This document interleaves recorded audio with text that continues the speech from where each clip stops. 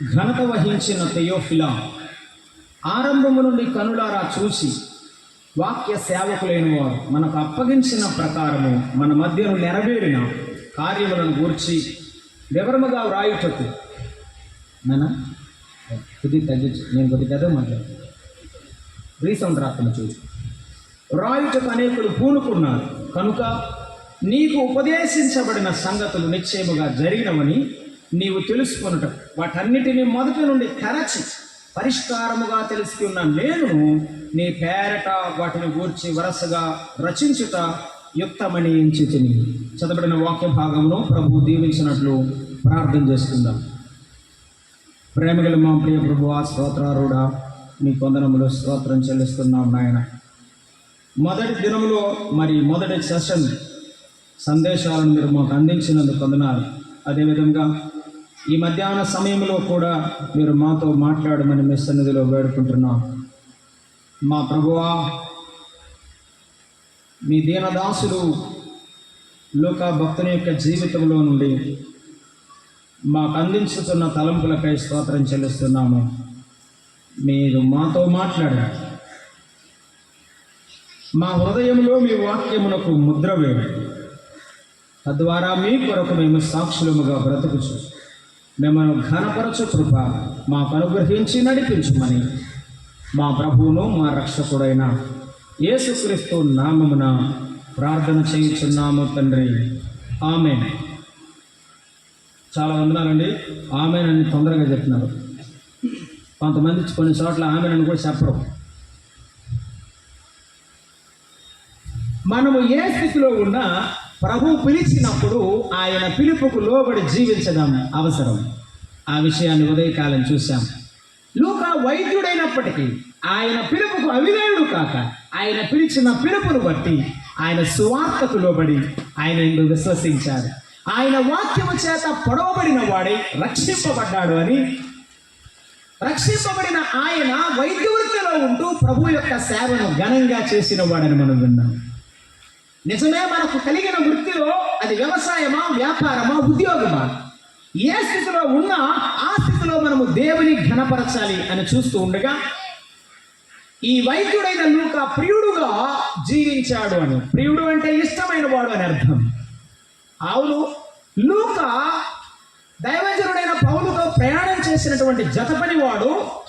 అంత మాత్రమే కాకుండా ఇష్టమైన జతపని వాడు. మనతో చాలా మంది కలిసి పనిచేస్తారు, కానీ మనకు అందరూ ఇష్టమైన వారు కాదు.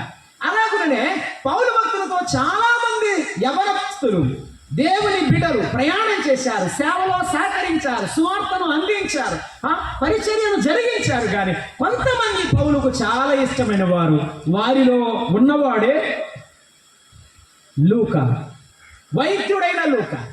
మనం కూడా మనకు కలిగినటువంటి మన యొక్క జీవితంలో ఉన్న వృత్తిని బట్టి ప్రభు నామానికి మహిమ వచ్చేటట్లు ఇష్టమైన వారంగా జీవించాలని మన ప్రభువైన యేసుక్రీస్తు వారు తన పరలోకపు తండ్రికి ఎంతో ఇష్టమైన కుమారుడుగా, ఆయన బాప్తిస్మం తీసుకున్నప్పుడు ఇష్టమైన కుమారుడుగా, నిజమైన the transformation of a believer is a joyful to lord అని ఇంగ్లీష్లో చెప్పబడింది.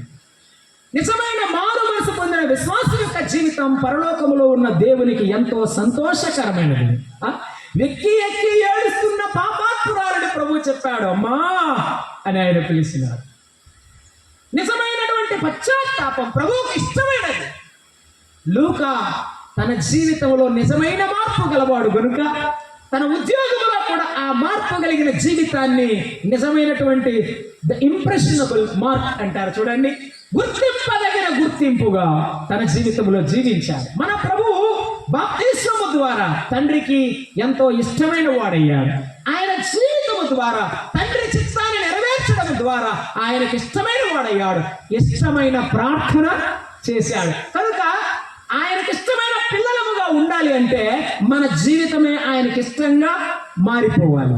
అప్పుడు మాత్రమే ఆయనకి ఇష్టమైనటువంటి సేవకులముగా, దాసులముగా, పిల్లలముగా మనము జీవిస్తామని ఉదయకాలం ప్రభు యొక్క మాదిరిని మనము చూడగలిగి ఉన్నాము. ఈ మధ్యాహ్న సమయంలో మనం చదువుకున్న లూకా సువార్తలో ఉన్నటువంటి భాగాన్ని మనం చూస్తున్నాం. మొదటి 4 వచనాలు మొదటి అధ్యాయంలో మనం గమనించాము. ఆయన అంటున్నాడు, కొందరు ఈ కార్యములను రాయుటకు పూనుకున్నారు, అనేకులు పూనుకున్నారు అన్నాడు. ఆ మాట గుర్తుంచుకోండి. అనేకులు పూనుకుంటారు, పూర్తి చేయరు. అనేకులు పూనుకుంటారు, పూర్తి చేయరు. కొంతమంది దేవుని పిల్లలు నమ్ముకుంటారు, ఆరంభంలో బాగుంటారు, కానీ జీవిత అంతం వరకు విశ్వాసాన్ని కాపాడుకోలేరు. అనేకులు పూనుకున్నారు. ఓ తేయోఫిలా, నా నిజమైన మిత్రుడా, నీవు ఎలాగూ తెలుసుకున్నావో వాటన్నిటిని మొదటి నుండి పరిష్కారముగా తెలుసుకున్న నేను కూడా, నువ్వు తెలుసుకున్నావు ఆయన గురించి, నేను కూడా తెలుసుకున్నాను. అందుకని ఈ పుస్తకాన్ని ప్రభువు కొరకు, ఆయన నామ మహిమ కొరకు రాస్తున్నా. నీవు చదువుకున్న చదువు, నీ విజ్ఞానము ఆయన వాక్యమును అందించడానికి, లేఖనాలను పఠించడానికి, తరచి ఆయన వాక్యము అలా ఉన్నదో లేదో అని బెరయలో ఉన్న విశ్వాసులు నేర్చుకున్నట్టుగా తెలుసుకోవడానికి నీ జ్ఞానం ఉపయోగపడాలి. రెండవది, దేవుని మహిమ కొరకు నీ జ్ఞానం ఉపయోగపడాలి. ఒకటి, ఆయన తన జ్ఞానం ఉపయోగించి వాక్యాన్ని రాశాడు. రెండు, ఆయన తన జ్ఞానం ఉపయోగించి ఆ వాక్యాన్ని భద్రపరిచాడు. ఈ రోజున బైబిల్ గ్రంథంలో లూకా సువార్త ఒక పుస్తకం.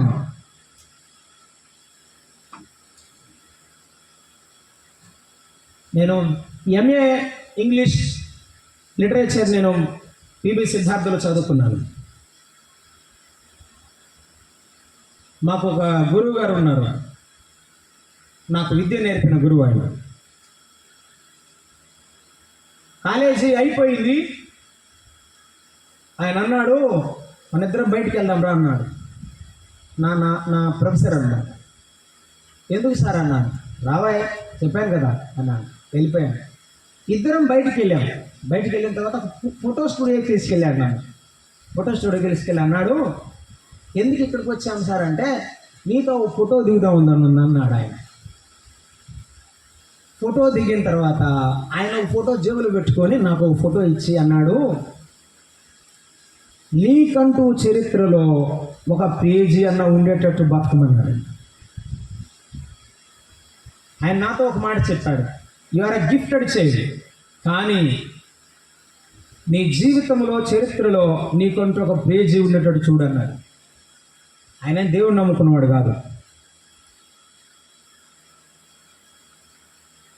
నేను ఇలా చెప్పనివ్వండి, యేసు ప్రభువారు తన జీవ గ్రంథంలో నీ పేరు రాసి ఉంచాడు. అదే గ్రంథమందు నీ జీవితాన్ని, నా జీవితాన్ని రాసేటప్పుడు ఆయన ఆనందంతో రాసే జీవితం, చరిత్ర నీదై ఉండాలి, నాదై ఉండాలి.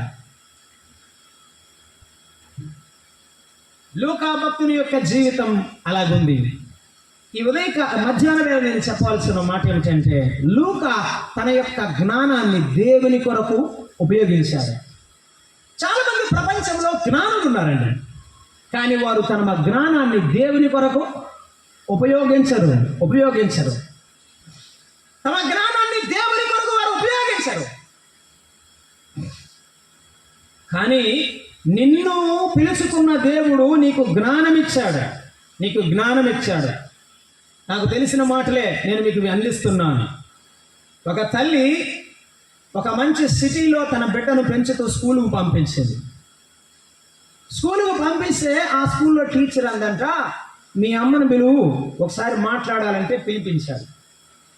పిలిపిస్తే వాళ్ళ తల్లి రాగానే, ఆ పిల్లవాడు తల్లి రాగానే ఆ తల్లితో ఆ టీచర్ చెప్పిందంట, నీ పిల్లోడు చదువు అబ్బదు, మీ చిల్లోడు అసలు పనికిరాడు, తీసుకెళ్ళమంటే ఆ పిల్లవాడిని తీసుకున్న తల్లి ఇంటికి వెళ్తుంది. వెళ్తుంటే, అమ్మా ఏంటమ్మా టీచర్ గారు ఏం చెప్పింది లోపలికి వెళ్తే అని చెప్పి అడిగాడట. అడిగితే ఆ తల్లి అందంట, అయ్యా నీకు చెప్పే అంత జ్ఞానం వాళ్ళకి లేదంట, అందుకని నన్ను ఇంటికి తీసుకెళ్ళమన్నారయ్యా అని చెప్పింది.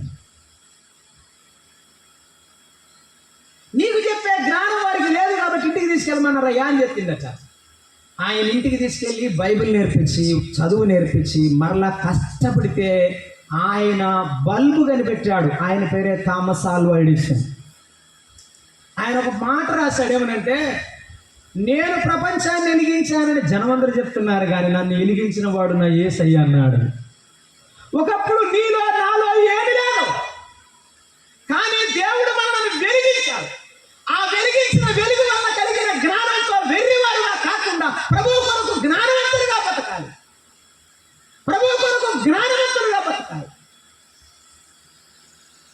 ఇప్పుడు ప్రభు అడుగుతున్నాడు, అమ్మా దేవుడు నీకు జ్ఞానం ఇచ్చాడులే కానీ ఆ జ్ఞానం యేసయ్య కొరకు ఏమైనా ఉపయోగిస్తున్నావా? బైబిల్ చదవలేని బైబిల్ కోటం అంటారు మా ఊర్లో. ఆమె మనవడికి రూపాయి ఇచ్చి బైబిల్ చదివించుకుంటుంది, చదవలేదు కాబట్టి. రూపాయి అయిపోగానే వాడు అధ్యాయం మధ్యలో ఉండి వదిలేసి వెళ్ళిపోతాడు. వాడికి ఒక కండిషన్ ఉంటుంది అనమాట, మధ్యలోనే వదిలిపెట్టి వెళ్ళిపోతాడు. చదువు వచ్చిన వాడు బైబిల్ చదవట్లా. నేను దానికోసం చెప్పా. ఇప్పుడు ఆమె బైబిల్ భుజాన్ని పెట్టుకుని మా ఊర్లో మోస్తామని బైబిల్ కోటం అని పిలుస్తాం.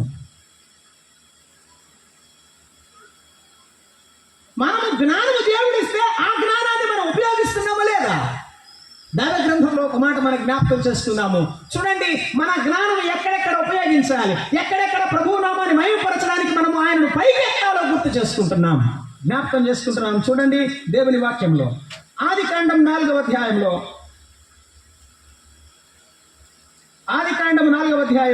39-40 వచనాలు మనం చదువుకున్నాం.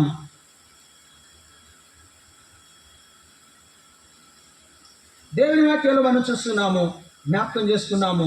మిత్రులారా, మనము దైవ గ్రంథంలో జ్ఞాపకం చేసుకుంటున్నట్టుగా దేవుని వాక్య లేఖనాల్లో అనేకులైన ఆయన పిల్లలను మనం చూస్తున్నప్పుడు మనము జ్ఞాపకం చేసుకున్నటువంటి విచిత్రమైనటువంటి మాటను జ్ఞాపకం చేసుకున్నాం. క్షమించండి, 41వ అధ్యాయం 39-40 వచనాలు నేను చదువుతున్నాను. ఫరో ఆ రోజు యోసేపును గురించి మాట్లాడుతున్న మాటలు ఇవి. ఫరో, దేవుడు ఇదంతయు నీకు తెలియపరచను కనుక నీవలే జ్ఞాన వివేకములు గలవారు ఎవరునూ లేరు. నీవలే జ్ఞాన వివేకములు గలవారు లేరు. ఇది నీ వల్ల కాదు కలిగిన, జ్ఞానం వల్ల కలిగింది. నీవు నా ఇంటికి అధికారమై ఉండండి, నా ప్రజలందరూ నీకు విధేయులై ఉంటారు. సింహాసన విషయంలో తప్ప అన్ని విషయాల్లో నీవు వారికి ప్రభువుడవుగా ఉంటావు అని చెప్పారు.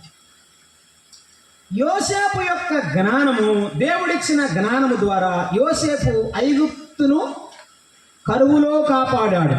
అమ్మా వింటున్నారుగా? అదంతా చదవడానికి టైం లేదని నేను ఇలా చెప్తున్నా.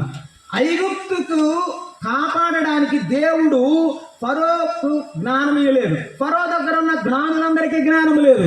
కానీ ఆ జ్ఞానాన్ని ఎవరికి ఇచ్చాడు? యోసేపుకి ఇచ్చాడు. యోసేపు తన జ్ఞానము ద్వారా ఆ ఐగుప్తులో ఉన్న వారిని కాపాడాడు. ఐగుప్తులో ఉన్న వారిని కాపాడు. ఈ మాట ఎలా చెప్తున్నాను? రాజు ఎదుట నిలబడ్డాడు.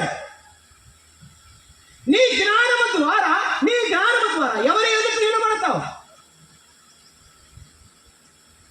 మనకి అర్థమవటాన్ని చెప్తున్నా.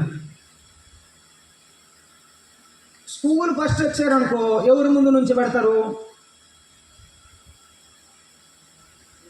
ఏంటమ్మా, మీ అబ్బాయి 10th క్లాస్ స్కూల్ ఫస్ట్ వచ్చాడు, ఎవరి ముందు నుంచి ఉంటాడు? టీచర్లు అందరి ముందు నుంచోబెట్టి స్టేజ్ మీద ఒక దండేసి అబ్బాయి బాగా చదివాడని చప్పట్లు కొడతారు. అవును కదా? స్కూల్లో అందరికంటే లీస్ట్ వచ్చి తప్పాడు అనుకో, 6 సబ్జెక్టులు తప్పాడు అనుకో, ఎవరి ముందు నుంచి ఉంటాడు? కర్ర పట్టుకున్న నాన్న ముందు నుంచి ఉంటాడు. అంతేగా? నేనేమని చెప్పాలనుకుంటున్నా అంటే, నీ జ్ఞానము ఘనత కొరక, ఘనహీనత కొరక? నీకున్న తెలివి నిన్ను ఉన్నతమైన స్థానంలో నిలబెట్టడానిక, ఘనహీనుడుగా బుద్ధిహీనత కనబరిచి నీ జీవితాన్ని పాడు చేసుకోవడానిక? యోసేపు పాపము నుండి పారిపోయినప్పుడు యోసేపుకు దొరికిన భాగ్యం ఇది. రాజు ఎదుట నిలబెట్టబడ్డాడు. దేవుని నమ్ముకున్న మనం పవిత్రంగా బ్రతికితే, పరిశుద్ధంగా బ్రతికితే, దేవుడిచ్చిన జ్ఞానంతో దేవుడు ఉన్నతమైన స్థితిలో నిలబడతాడు. పాపం నుండి పారిపోయిన వాడు రాజు ఎదుట నిలబడ్డాడు. నీవు ఎప్పుడైతే విశ్వాసంగా పాపం మీద జయముతో ప్రభువు యొక్క కృపతో బలపరచబడి ముందుకు వెళ్తుంటావో అప్పుడు ప్రభువు నిన్ను నిలబెడతాడు. ఒకవేళ కాకపోతే ఇలా అంటాడు, నరపుత్రుడా నీవు చక్కగా నిలవబడు. నీవు దేవుని ఎదుట నీవు నిలబడాలి అంటే అనేకుల ఎదుట సాక్షిగా నువ్వు నిలబడాలి. అప్పుడు ప్రభువు నిన్ను ఘనపరుస్తాడు. నన్ను ఘనపరచు వారిని నేను ఘనపరచు. ఆ మాట యోసేపుతో చెప్తే, యోసేపు తన తండ్రితో చెప్తూ 49వ అధ్యాయం చివరిలో 50వ అధ్యాయంలో తన తండ్రి యొద్దకు వచ్చినప్పుడు, పరిగెత్తుకొని వచ్చినప్పుడు తండ్రి ముద్దు పెట్టుకున్నాడు, మెడ మీద పడి దుఃఖముతో ఏడ్చాడు. ఇక నీవు చనిపోయావనుకున్నాను కుమారుడు అని ఏడుస్తున్నప్పుడు 11, 12 వచనాలు చదువుతున్నప్పుడు అతడు అంటాడు, తండ్రి, నీ దేవుడిని యెహోవా నాకు ఇచ్చిన పిల్లలు, నాకు ఇచ్చిన జ్ఞానం, నాకు ఇచ్చిన అధికారం. అమ్మా, నా ప్రభువు నాకు ఉద్యోగం ఇచ్చాడు, నా ప్రభువు నాకు జ్ఞానం ఇచ్చాడు, నాకు ప్రభువు నాకు ఉన్నతమైన స్థితిని ఇచ్చాడు. చెప్పగలవా? చాలా మంది ఉన్నతమైన స్థితిలోకి వెళ్ళిన తర్వాత యేసు ప్రభు మాట కూడా చెప్పడం లేదు. రాకముందప్పుడల్లా అయ్యగారు ప్రార్థన చేయండి, మా అబ్బాయి కోసం, మా అమ్మాయి కోసం ప్రార్థన చేయండి అని చెప్తారు, కానీ వచ్చిన తర్వాత పత్తా ఉండరు. ప్రార్థనలో మనం ఎప్పుడు ఎలా ఉన్నామో మనం ఆలోచించాలి. దేవుడు యోసేపును హెచ్చించిన వాడు, యోసేపుకు జ్ఞానం ఉన్నదని ప్రపంచానికి తెలిపిన వాడు. ఎప్పుడు? తన జీవితాన్ని కాపాడుకున్నప్పుడు ఆయన జ్ఞానం ప్రజలకు కనబడింది. రెండవ సందేశం మనం చూస్తాం, రెండవ జీవితాన్ని మనం చూస్తున్నాం. దానియేలు గ్రంథం 5వ అధ్యాయం 11, 12 వచనాలు చదువుతారా? దానియేలు గ్రంథం 5వ అధ్యాయం 11, 12 వచనాల్లో వాక్యం చదువుకుంటున్నాం.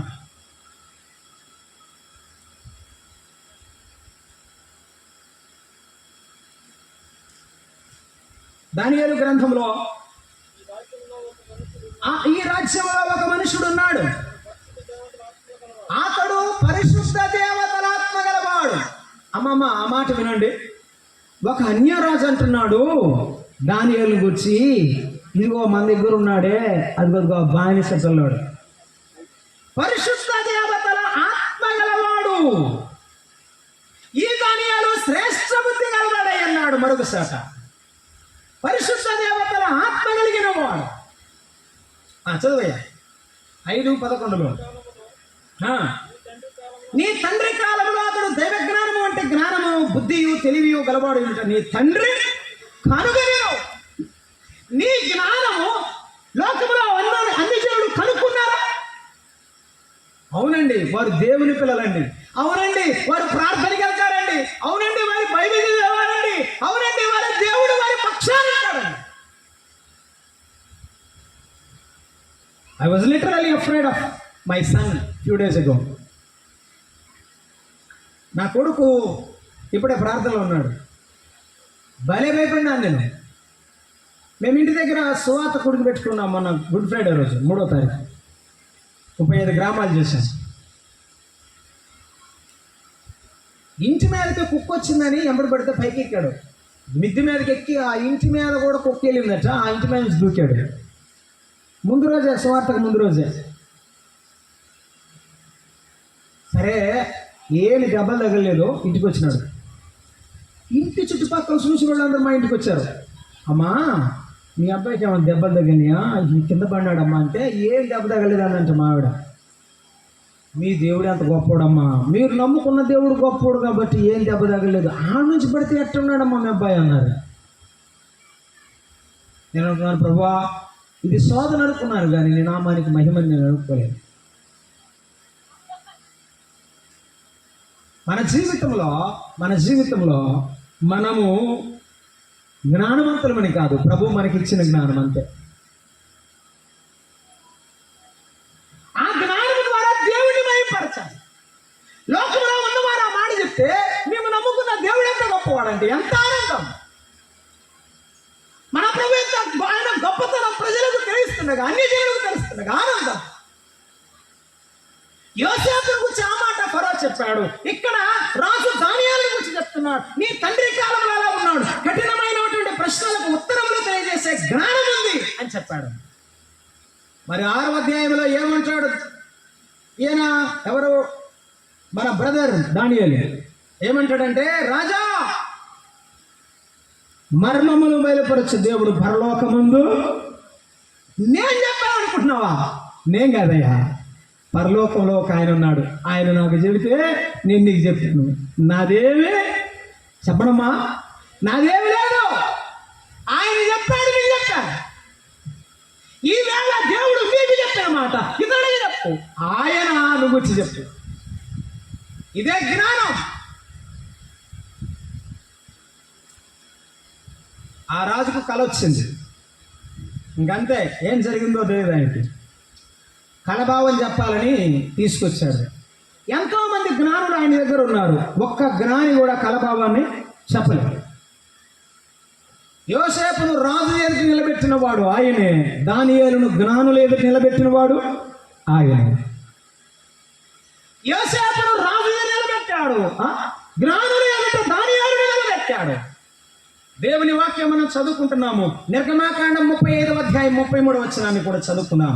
35వ అధ్యాయము నిర్గమాకాండము 33వ వచనంలో అక్కడ బెసలేలు అనే ఒక యవన బిడ్డ కనబడుతుంటాడు. నిర్గమాకాండం 35వ అధ్యాయంలో 35వ అధ్యాయము 33వ వచనాన్ని చదువుకుంటున్నాం.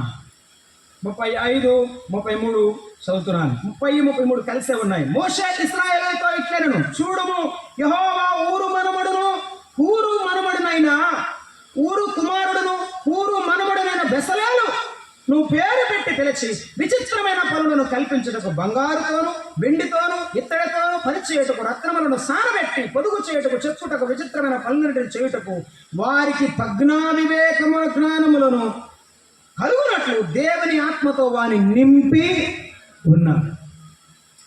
సరే, ఇదంతా మీకు ఎక్కువ అర్థం అవటానికి చెప్తాను. మందిరములో దేవుని పనిముట్లు చేయటానికి వాడుకున్నాడు బెసలేలును, అహోలియాబును. యోసేపును రాజు ఎదుట నిలబెట్టి కరువు తీర్చాడు. దానియేలును బెల్షస్సరు ఎదుట నిలబెట్టి తీర్పు తీర్చాడు. బెసలేలును దేవుని మందిరములో నిలబెట్టి తన పని జరిగించాడు. నువ్వు ఎక్కడ నిలబడినా, నువ్వేం చేసినా ఎవరి కోసం చేయాలి చెప్పమ్మా? ఎవరి కోసం చేయాలి? ఆయన కోసం చేస్తే ఆయన్ని నిలబెడతాడు, ఆయనే నిలబెడతాడు, ఆయనే నిలబెడతాడు. ఆత్మతో నింపబడిన భాగ్యం బెసలేలుకి ఇచ్చాడు. ఎందుకని? ఆయన పని చేస్తే, ఆయన పని చేసేవారిని తన ఆత్మతో నింపి వాడుకుంటాడు. కొత్త నిబంధనలో ఒక మాట చూస్తున్నాం. యాకోబు పత్రిక 3వ అధ్యాయం 15వ వచనం. యాకోబు పత్రిక 3వ అధ్యాయం 17వ వచనాన్ని మనము కొత్త నిబంధన వెలుగులో మనం చూస్తున్నాం. వారికి దేవుడు ఆనాటి లోక సంబంధమైన జ్ఞానం ద్వారా, మర్మముల ద్వారా దేవుడు మాట్లాడాడు. ఈరోజు మనతో మాట్లాడుతున్న జ్ఞానం 3:17లో చూస్తున్నాము. పైనుండి దిగి వచ్చినది కాక, ఈ జ్ఞానము ఏ జ్ఞానం? పవిత్రమైన జ్ఞానం. దేవుడు మనకిచ్చే జ్ఞానం పైనుండి వచ్చినది, భూ సంబంధమైనది కాక, ప్రకృతి సంబంధమైన దెయ్యముల సంబంధమైనది కాకుండా మనము పైనుండి వచ్చే జ్ఞానాన్ని మనము కలిగి ఉన్నాం. ఈ పైనుండి వచ్చే జ్ఞానము మొట్టమొదట పవిత్రమైనది అని 17వ వచనంలో చెప్తాడు. పైనుండి వచ్చే జ్ఞానము మొట్టమొదట పవిత్రమైనది, తర్వాత సమాధానకరమైనది, మృదువైనది, సులభంగా లోపడినది, కనికరముతోను మంచి ఫలముతోను నిండుకొనినది, పక్షపాతమైనను వేషధారణను లేనిదినై ఉన్నది. పక్షపాతమైన వేషధారణైన లేనిదై ఉన్నది అని చెప్పాడు. ఇది ఏ జ్ఞానం అంటే, యేసయ్య నీకు ఇంటిలో ఇచ్చే జ్ఞానం, యేసయ్య నీ గుండెలో ఇచ్చే జ్ఞానం, యేసయ్య నీ ఆఫీసులో ఇచ్చే జ్ఞానం. ఎటువంటి జ్ఞానం? పవిత్రమైన.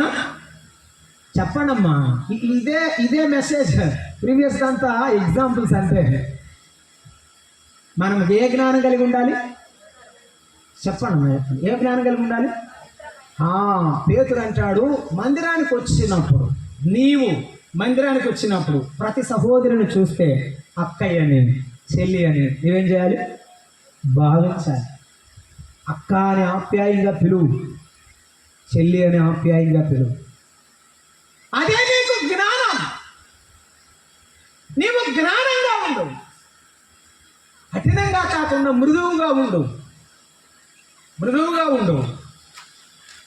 అందరితో సమాధానంగా ఉండు. ఏది చెప్పినా లోబడే మనసుతో చెప్పు. ఇంకొకటి అన్నాడు, పక్షపాతం లేదంట, అంటే పెరాలసిస్ ఉండదంట. దేనికి? బుద్ధికి కొరస బుద్ధి ఉండకూడదు.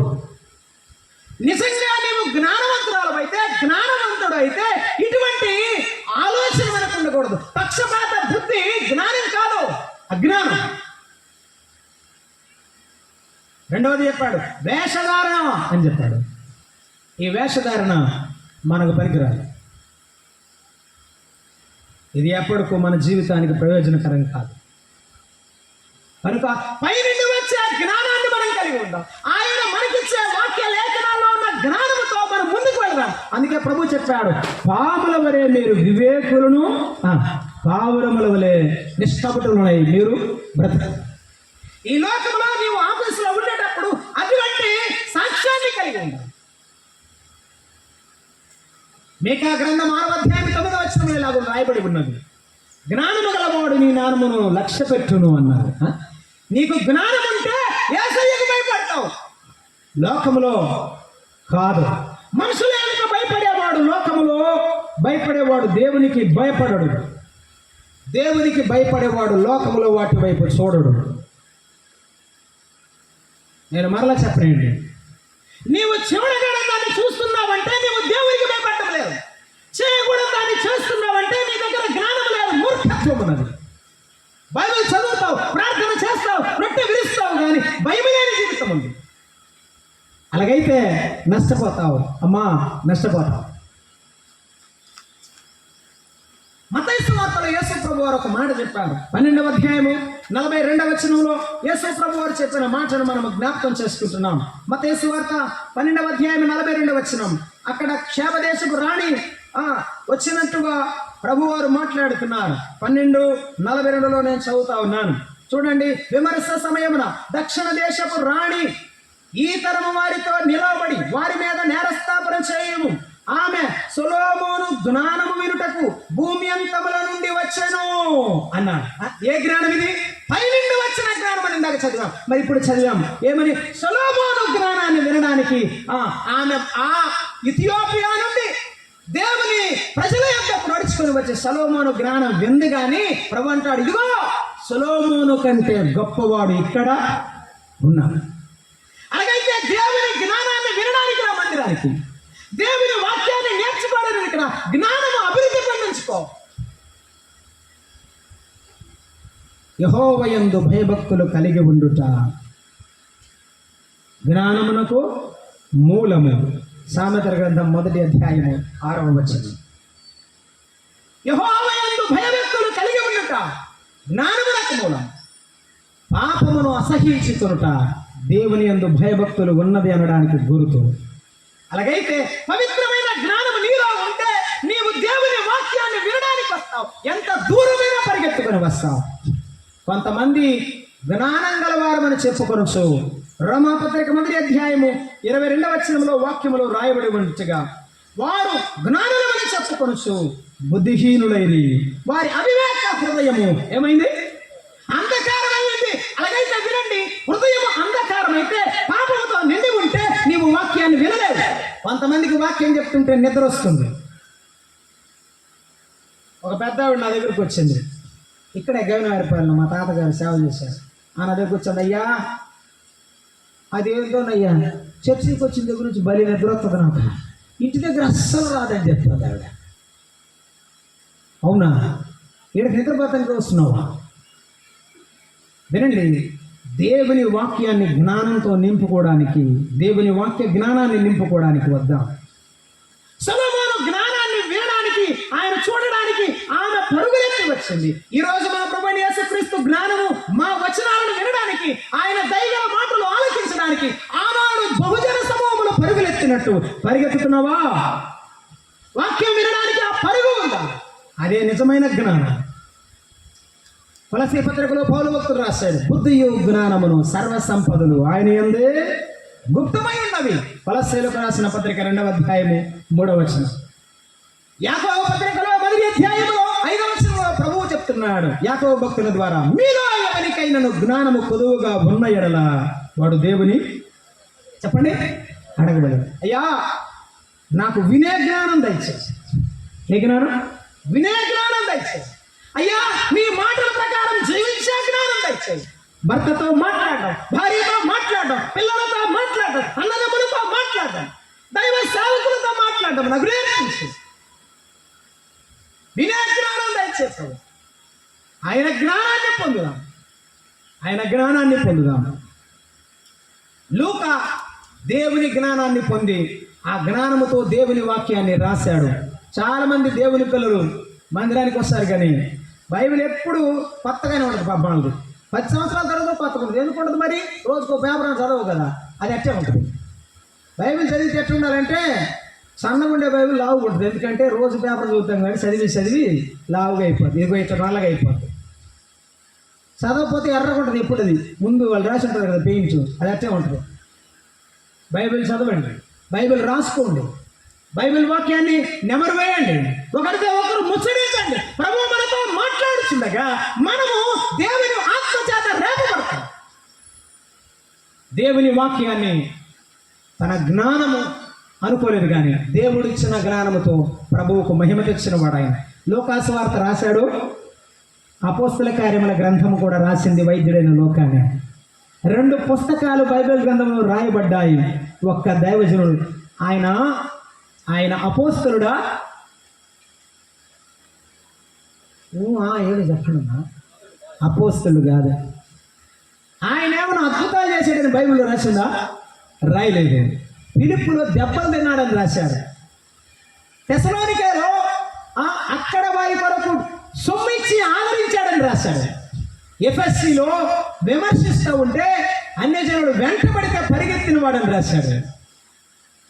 కొరింథీలో సడిగి అక్కడ బడయోళ్ళు ఉన్నారట, వారందరూ పొగరగలిగి మాట్లాడుతుంటే వారి మధ్య కూడా వినయంగా బతికాడు. ఎన్ని ప్రాంతాల్లో ఎక్కడ ఉన్నా ప్రభు కొరకు నిలబడ్డాడు. అమ్మ, నీ జ్ఞానం ఏంటంటే దేవుని వాక్యమే. నా జ్ఞానం ఏంటంటే ఆయన మాటే మనకు జ్ఞానం. ఆయన మాట ద్వారా బ్రతుకుదాం. రాజు ముందైనా జ్ఞానుల ముందైనా ప్రభు ఎదుటైనా మనము దేవుని వాక్య జ్ఞానంతో బ్రతుకుదాం. మన ప్రభువారు సాతానికి ఇచ్చిన సమాధానములో ఆయన వాక్య జ్ఞానం ఉన్నది. సాతాను ఏమన్నాడు? నీవు ఆ ఆలయం మీద నుండి కిందకు దుముకు. దేవుడు ఏం చేస్తాడు? నువ్వు తండ్రి అంటున్నావు కదా, ఆయన పట్టుకుంటాడు అన్నాడు. ప్రభు వాక్యంతో సమాధానం ఇచ్చాడు. ఈ రొట్టెలను ఈ రాళ్లను రొట్టెలు చేసుకొని తినమన్నాడు. ప్రభు సమాధానం ఇచ్చాడు. రొట్టె వలన కాదు, ఆయన నోట నుండి వచ్చి ప్రతి మాట వలన జీవిస్తాడని సమాధానం ఇచ్చాడు. మన జీవితంలో జ్ఞానముగా కలిగి ఉండడం అంటే ఆయన వాక్యాన్ని కలిగి ఉండడమే. నేను ముగించే ముందు ఒక చిన్న మాట చెప్పి నేను ముగిస్తాను. దైవజనులు ఇమ్మానుయేల్ గారు ఉయ్యూరులో చాలా సంవత్సరాలు గొప్ప సేవ చేసినారు. ఆయన 2వ రాకడ మహాసభలని కొన్న సంవత్సరాల పాటు జరిగించారు. ఆ సభల్లో వర్తమానం అందిస్తూ ఉండగా ఆ రోజు సమాధానాన్ని గురించి ఆయన మాట్లాడాడు. సమాధానం ఉన్నారా మీకు, మీరు రండి అని పిలుస్తూ ఉంటే 2 భార్యాభర్తలు అక్కడ నిలబడ్డారట. నిలబడితే నమ్ముకోవడానికి నుంచున్నారేమోనని ముందుకు రండి అన్నాడు ఆయన. అనగానే భర్త అన్నాడంట, కదులు, అయ్యగారు పిలుస్తున్నాడు కదా అన్నాడంట. ఆమె ఇంచు కూడా కదలలేదట. ఆయన అన్నాడు, చెప్పానా కదలవేంటి అన్నాడట. ఆమె కదలలేదట. ఈయన దైవజనుడు అనుకున్నాడంట ఏదో జరిగేటట్టుందని ఈయన దిగి వెళ్ళిపోయాడు కిందకి. దిగి వెళ్ళి వాళ్ళిద్దరి దగ్గరికి, అమ్మా ఏంటి మీ సమస్య, ఎందుకు మీరిద్దరు నిలబడ్డారంటే, అయ్యగారు ఈ రాత్రి దేవుని వాక్యం విన్నాం, మా ఉదయాలు దేవుని వాక్యం చేత పడవబడింది. నేను సమాధాన పడాలనుకుంటున్నాను నా భార్యతో, మీరు ప్రార్థన చేస్తారనుకుంటున్నాను అన్న. ఆయన ప్రార్థన చేయబోయే ముందు ఒక మాట అడిగాడంట, అమ్మా సరే ఎప్పటి నుంచి మీరు సమాధానంగా లేరు, ప్రభువుకు స్తోత్రం ఇప్పుడు సమాధాన పడ్డారు అని అడిగితే 30 ఏళ్ల నుంచి ఇద్దరం పలుకోవట్లేదు అందంట భార్య. ఏందా 30 ఏళ్ళ అని ఆయన ఆశ్చర్యపోయాడట. ఆయన ఆశ్చర్యపోయి, మరి మీరు ఎక్కడ ఉన్నారో, మా ఇద్దరు వేరుగా ఉన్నారంటే ఒకే ఇంట్లో ఉన్నామని చెప్పిండట ఆవిడ. ఒకే ఇంట్లో ఉండి ఇద్దరు మాట్లాడుకోలేదా? మరి ఎలా ఒకరికొకరు పోషణ చూసుకోలేదా? నా భార్యకి అంతా చూసుకున్నాను అంటాడంట, నా భర్తకి అంతా చూసుకున్నానా ఆనందంట. ఎట్లా చూసుకుంటారమ్మా అని అడిగాడట. అడిగితేను ఆకలైనప్పుడు పళ్ళిని కొడతాడట ఈయన, ఆమె వచ్చి అన్నం వేసేదట. మరి స్నానం చేయాల్సినప్పుడు షర్టు విడిపి అలా పెట్టగానే చూసి నీళ్లు తోడిద్దట. ఇక చూడండి, ఇది అంటే వాళ్ళ వరస. అన్ని సంవత్సరాల కూడా పలుకోలేదట. ఏమంటే ఆమె అంటుందట, నేను ఆయనను చూసినప్పుడల్లా ఆయన అన్న మాటలను గుర్తు గుర్తొస్తున్నాయి కాబట్టి వెళ్ళలేదు. ప్రార్థనకైతే వస్తున్నాను కానీ ఆయనతో మాత్రం పలికేది లేదు అని నిర్ణయించుకొని ఆ నేళ్ళు బతికారట. నీ జ్ఞానం ఉందా? ఉంటే నీ సమాధానమే నీ జ్ఞానం. నీ అత్తతో నీకు సమాధానమే నీవు జ్ఞానవంతురాలు అని నిరూపిస్తుంది. నీ భర్తతో, నీ పిల్లలతో, నీ ఇరుగు పొరుగు వారితో నీ ఉండే సహవాసంలో, నీ ఉండేటువంటి అన్యోన్యమైన అనురాగమైన బంధంలో నీ జ్ఞానం కనబడుతుంది. ఒక మెట్టు దిగితే నీవేం తగ్గిపోవు, ఒక ఇంచు కూడా తగ్గవు. తగ్గి నేను వెళ్ళినంత మాత్రం చేత ఏమి కాదు. దేవుడు మనకిచ్చే జ్ఞానం ఏంటంటే ఆయన వాక్యంలో ఉన్న జ్ఞానమే సమాధానం. అమ్మా, ఈ మధ్యాహ్న వేళలో ఒకవేళ మీ ఇంటిలో సమాధానం లేకపోతే నీ అజ్ఞానానికి గుర్తది. నీ భర్తతో సమాధానం లేకపోతే నీ అజ్ఞానానికి గుర్తు. నీ సంఘంలో వారితో ఇది మరి దారుణం. ఏది? అదే రొట్టె, అదే పాత్ర, పక్క పక్కనే కూర్చుంటారు. ఆ అక్క ఈ అక్కను చూడదు, ఈ అక్క అక్కను చూడదు, రొట్టె మాత్రం చూస్తుంది ఆవిడ. నువ్వు రొట్టె తిన ఉపయోగం ఏముంది? మారు మనసు లేని జీవితాల్లో మనం ఉండకూడదు. అమ్మ, నేనేమంటున్నానంటే పసిపిల్లల వంటి మనసు మనకు రావాలి. నువ్వెన్నన్నా చచ్చ యేసయ్యను పోగొట్టుకోవద్దు. ఏమైనా పోగొట్టుకో, ప్రభువును పోగొట్టుకోవద్దు. ప్రభువును పోగొట్టుకుంటే అంతా పోగొట్టుకుంటావు. లూకా తన జీవితంలో తన జ్ఞానాన్ని ప్రభువు కొరకే వాడాడు కానీ తన స్వార్థం కొరకు, తన ప్రయోజనం కొరకు ఎప్పుడు వాడలేదు. ఒక్కొక్కసారి నిన్ను నన్ను చూసి పిచ్చోడు అనుకోవచ్చు.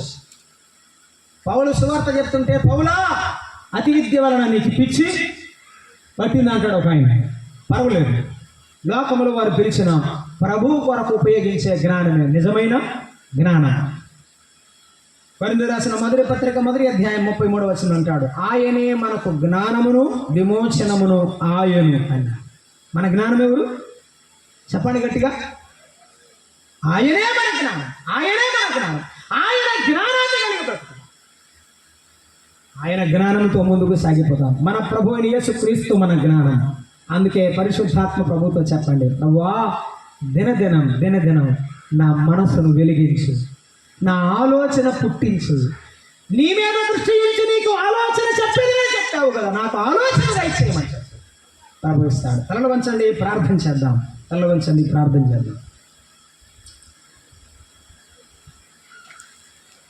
స్తోత్రార్హుడు అని మా ప్రియ ప్రభువా, నీ పరిశుద్ధమైన నామమునకు స్తోత్రములు, వందనములు చెల్లిస్తున్నాం. నీవే మా సమాధానం, నీవే మాకు మృదుమైన వాడు, నీవే పక్షపాతము లేని మొహమాటం లేనివాడు. నీ వలె ఉండుట మాకు నేర్పించు, నీ జ్ఞానము మాకు దయచేసి. శాస్త్రుడు పరిశీలతో మీరు ఉపయోగించిన జ్ఞానం, పాపాత్మురాలతో మీరు ఉపయోగించిన జ్ఞానం, మగ్ధలేని మరియతో మీ మనసుకు దగ్గరగా ఉన్న శిష్యులతో మీరు ఉపయోగించిన జ్ఞానం మాకు కలిగించండి. మా సంఘములో ఉన్న బిడ్డల పట్ల మేము జ్ఞానయుక్తులమై, కుటుంబం పట్ల జ్ఞానయుక్తులమై, మా కలిగిన వృత్తులలో మేము జ్ఞానయుక్తులమై ఉండటం మాకు నేర్పించండి. మరి ఒక దీనదాసుని మీ పక్షం నిలబడబోచుండగా రెండింతల ఆత్మతో బలపరిచి వాడుకోమని మా ప్రభువైన యేసుక్రీస్తు పేరిట వేడుకొని ప్రార్థిస్తున్నాము తండ్రి, ఆమేన్. అందరికీ ప్రణామం.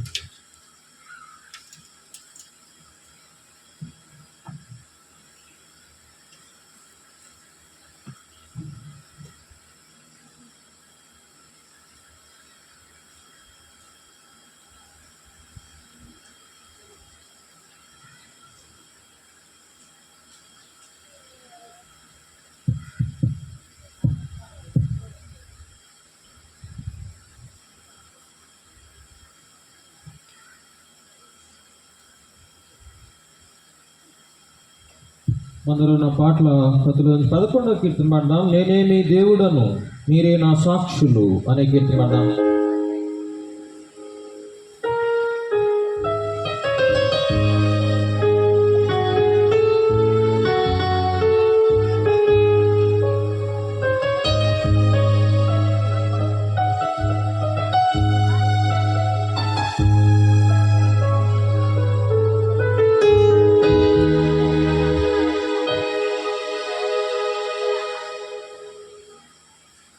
దయచేసి పాట పాడుతున్న అందరూ కూడా లేచి నిలబడి మళ్ళా కూర్చోండి. పల్లవి పాడుతున్నవారికి నిలబడిన తర్వాత కూర్చోండి. నేనేమి దేవుడను, మీరేగా నా సాక్షులు.